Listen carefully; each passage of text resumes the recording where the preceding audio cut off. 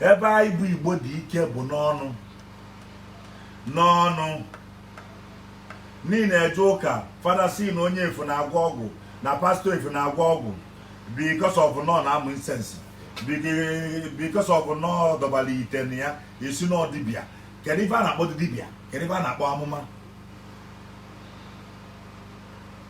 Ndị amụma a na-ebu baịbụl na-ejezi na nke dibịa eje agwọta ọgwụ ka minis fa wee gbuo igbu ka ọ wee kpọtara ndị mmadụ, mana fabe na ọtafafe eme anya ọ dịghị oli ọdị ndị a ka ụnụ chọrọ ya. Ụnụ chọrọ onye ya abụọ na-eme ife ọ na-ezo ezo, onye afọ ama mbụzi holi ịma na onye afọ abụrụ holi, mana onye pụta wa nzu etiri n'ọba ekpele ọ na-asị na fake. Kedu ife na-achọ ịgwa unu ndị Igbo ka m na-agwa okwu a emela unu gbube onwe unu. Ifu biznes mmadụ ibe ya ije ezie ndị asasin ya jee gba anya ọkụ onto unknown people. Ife na-ewuziri pakịta onye ya na mmadụ sebere okwu ozie ndị ga-eje gbabi ya ọkụ ma ọ gbaa ife n'ihe ọkụ ekwubasị nọ ndị unknown gọọmenti. Ka njukele Igbo anyị achọ inwere ọnwa anyị ka anyị achọ igbusisi ọnwa anyị? Ọ ife m na-ajụ. Ife m na-ajụ Igbo, ndị Igbo unu achọ inwere ọnwa unu ka unu achọ igbusisi ọnwa unu bife enwere ọnwụnwa? Nwanne maọbụ enyi nwoke mee ebe ọfụma inwebele ya anya ukwu. Ọzọ ife ọzọ ihe ekwuzi Igbo n'ọgwụ ego n'ịma ka o si wee kpata ego a ịchọọ ije kpata nke gị, mana ọ dị ọkwa ọrụ ihe izio iwe na-akụrụ onye ọzọ aka. Ọ bụrụ ma ọjị aka na-awa ọjị nzu dịbụ agboo gboo, gị bụ onye na-eje ụka wee na-akọndem nzu na nzu bụ ife ọjọọ ọdị nchọ na gị nwa ma ebe ịkwakwu. Gị bụ onye si niile na-eje ụka wee na-akọndem ọjị ọdị nchọ na ịma ebe ịkwakwu. Maka na omenala Igbo bifo imesịa ife nwaanyị iwu bụ na ga-awa ọjị bifo odu ka ọsọ gị na-eje once ije ịnụta nwaanyị you must obey their tradition. Ị na-achọzi ịgba mụ na ọjị ndị nna nna anyị fa ji ekpe ekpele bụ ife ọjọọ? Ka ị na-achọ ịgba mụ na nzu eji wee malụ ndị Igbo bụ ife ọjọọ? Ọgwanụ na-emeta ibe na-egbu unu. Isi m kwuo n'Oyibo debere onwe fa isi ntu a maka na ife fa ji wee dị ebube fa apalụli ya. Ife Igbo bụ Igbo ekwusi asị na ọmụbụ onye eze kwu. Ife Igbo bụ Igbo ife ji wee mara Igbo fa arapụkie soro ndị ọcha nwee fa adịkwu. Ofu onye bịa sị m dadi ọ gịnị mere na ị ekwu against ndị dibịa ntu a ndị ama ndị ọzọ si apụta asị na dibịa mere nkewa? Ọga onye ọbụla nwere akara aka ya. Onye chọọ ịdị na-eme ya n'ụdị ka nzu n'anya ya na-eme, kama mara amarụ na nna nna anyị fa na-eme omenala. Kedu ebe a na-akpọ omenala? Omenala na-asa alụ. Ọlikịta akaba ji ụka awọli ụnụ. Kedu ebe a na-akpọdo ụka? Ụka bụ emejana mmadụ ibe yi. Na ọ bụrụ ụbọchị bụrụgbo a na-eme omenala enwere nsọ imeje a na-etigbu oyi, mana kịta enwezi nsọ. Onye je buru baịbụl pụta ọ na-emegheli maka na baịbụl dị n'afịa ịchọ ijegoli ya, mana imelụ a na ụbọchị bụrụgbo a na-etigbu oyi. Ụfọdụ nọdụ na ministri 30 years fama nlụ ụlọ ụka fa atọ so na fa na-akwụ warehouse. Onye binizie onye mmụọ ma bikos ọ na-ama ama ọrụ a na-ama ama. Onye mmụọ ma binizie nweta be oge taa ọ sị na ọgwụ ka ọgwụ.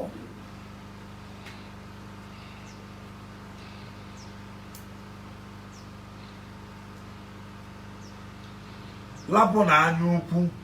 Ọ bụrụ na ndị Igbo rapụ anya ukwu ịma na fa ya adịrị. Okay, last time ka bịa na January ka group of people bịa sị m onye eze na ọ bụ na menyere fa 10 million fa eme ya m na Facebook. Ọ bụ na fenyere 10 million fa abụwa n'ọwa ya ka m na-egwu. nsi ya na once ọ bụ na ọ bụrụ gwara ka nna egwu unu mesie enume a ma onye eze ka ya nọkwa omedu Jenụwarị agwọdụ ọfịọ nkịrịnka mmadụ nwa mee vidio si na afọ ya bụ Louise na mụ na ya ego na mụ mee nke a na mụ mee nke ọzọ ife nwa bịa na Facebook mana kafa mesi ife niile a gịnị na-eme taa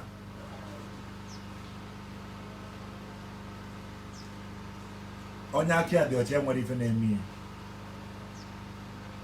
maka na enye ezi 10 million fawo ife nwa wife na Facebook ebe a ka ndị Igbo gba first mana ife na-amara ọ bụ na ịma nkwatu onye Chukwu na-akwatụrụ ịma mgbe onye Chukwu na-egburu ebe Igbo gbalụ first bụ ịkọcha mmadụ ibeta sọsọ okwu ọnụ ebe imezi eme okwu maka na mesoro na ndị pastọ ya bụ akwụrụ n'elu ọta na-akọcha ndị dibịa ma onu wee sị na nna ọ ka mma kama rapụ na ya ụbọchị ya bụ na Chukwu ya ekwu onye na-agwọ ọgwụ ịbụ Chukwu ịmazi ibe Chineke kwuru na oge adịghịzi maka onwe ndị na-eche m ka nrụsị ọrụ akọdịwa na tọpik ya echi unu chọọ ịma na Igbo ya anata nọmba 1 unu ga-amụta ka esi respect onye sọrọ unu Igbo ya amụta ka esi respect onye sọrọ ya hello yeah?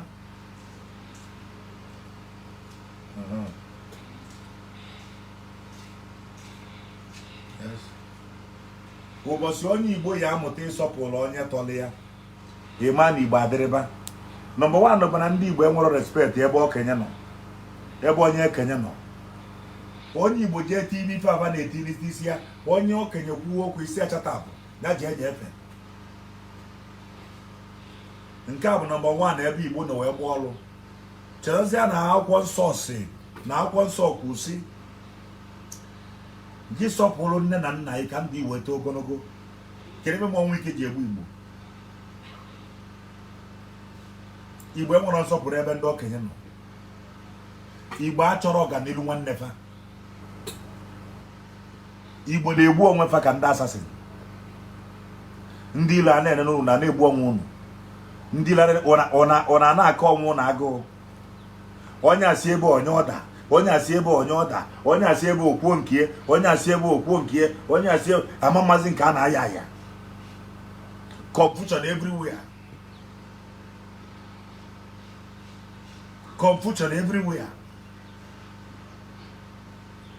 unu ya ekwetago okwuo ife unu debe n'ụlọ Igbo enwere security enwere security at all fa ga-egwude okwuo ebe ji wee dị ebube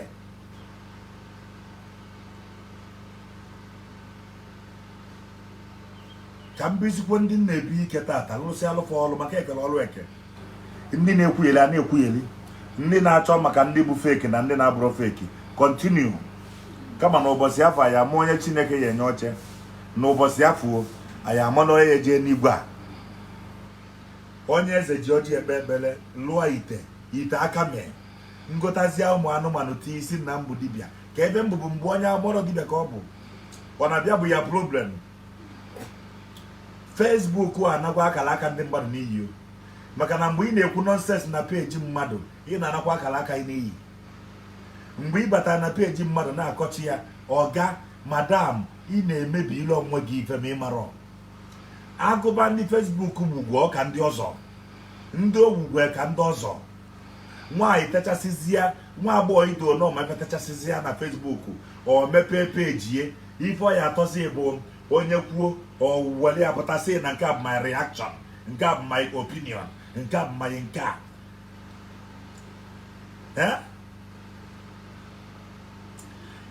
ine na-eme oso ife niile na-ekwu ife a na Facebook 599% bụ ndị Igbo ke ka gị na onye Igbo ga-esi wee bido ife kụkọonu end ya wel ọ dịrọ possible elube n'etiti esemokwu ya abata a ga na-azụ ọkịka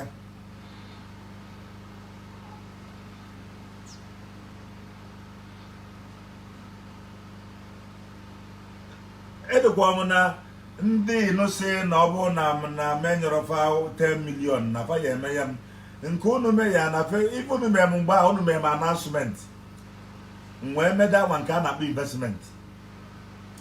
Ana m enye 10 million maka na ọ gị bidoro m ọlụ ka unu mesizi na Jenụwarị dịka gịnị mesia unu na-ekpe ekpere Biafra ka Biafra dị na-egbu ọnwụ unu.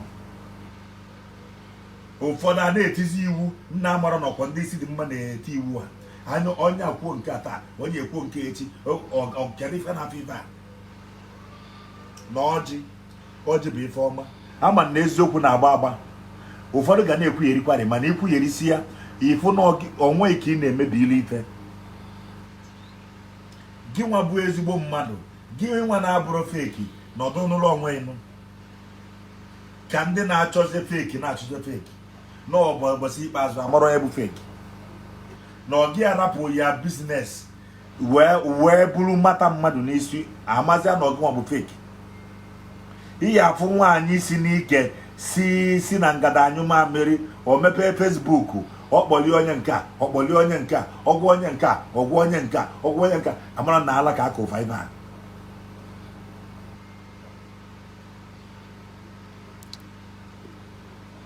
Mụ onye mba mma alapụ akara aka mma because of na-egwu iwe kpọọ m fake. Ọ ka mma na nchọghị ka nzu aka m ya n'iru gị na-afụ ya ka ọ yala ibu echi pụta esi mụ na nna aka nzu n'azụ. Unu wee rapụzie ife eji wee mara Igbo wee buru Baịbụl dịkwa mma onye ọbụla na-agụ Baịbụl. Fada ga-asị na nzu adịrọ mma bụrụ ezigbo fada. Fada ga-agwa anyị na ọjị adịrọ mma bụrụ ezigbo fada jee gwa fada ọmụkwu. Pastọ prọfet ga-agwa anyị na ọjị na nzu abụrụ ezigbo ife jee si fa na-asị asị. Fa na-asị asị. Fa chọrọ ịgwa ya eziokwu maka na fa nọ nna bishọp ewee chụọ afa. Ekele ọrụ eke.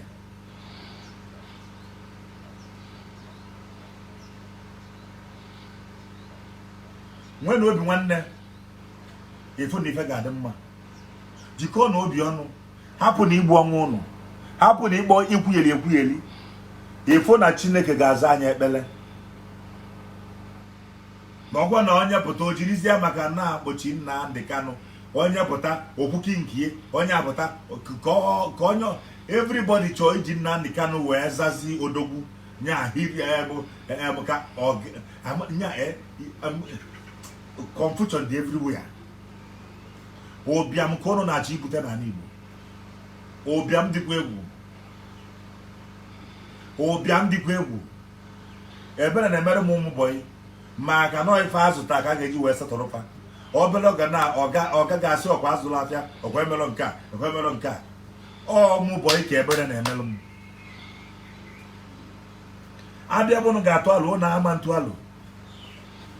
Nọ ndị na-etinye ife n'isi pata isi ife n'isi a na-ekwugheri onye abụta okwuo nke a onye abụta okwuo onye bụ nwanne ya bụ odogwu.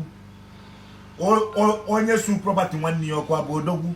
Ndị Igbo za anụ m ya. Onye bụ nwanne ya ọ bụ odogwu. Onye su property nwanne ya ọ bụ odogwu ọ ife akwụkwọ nsọ kwuru.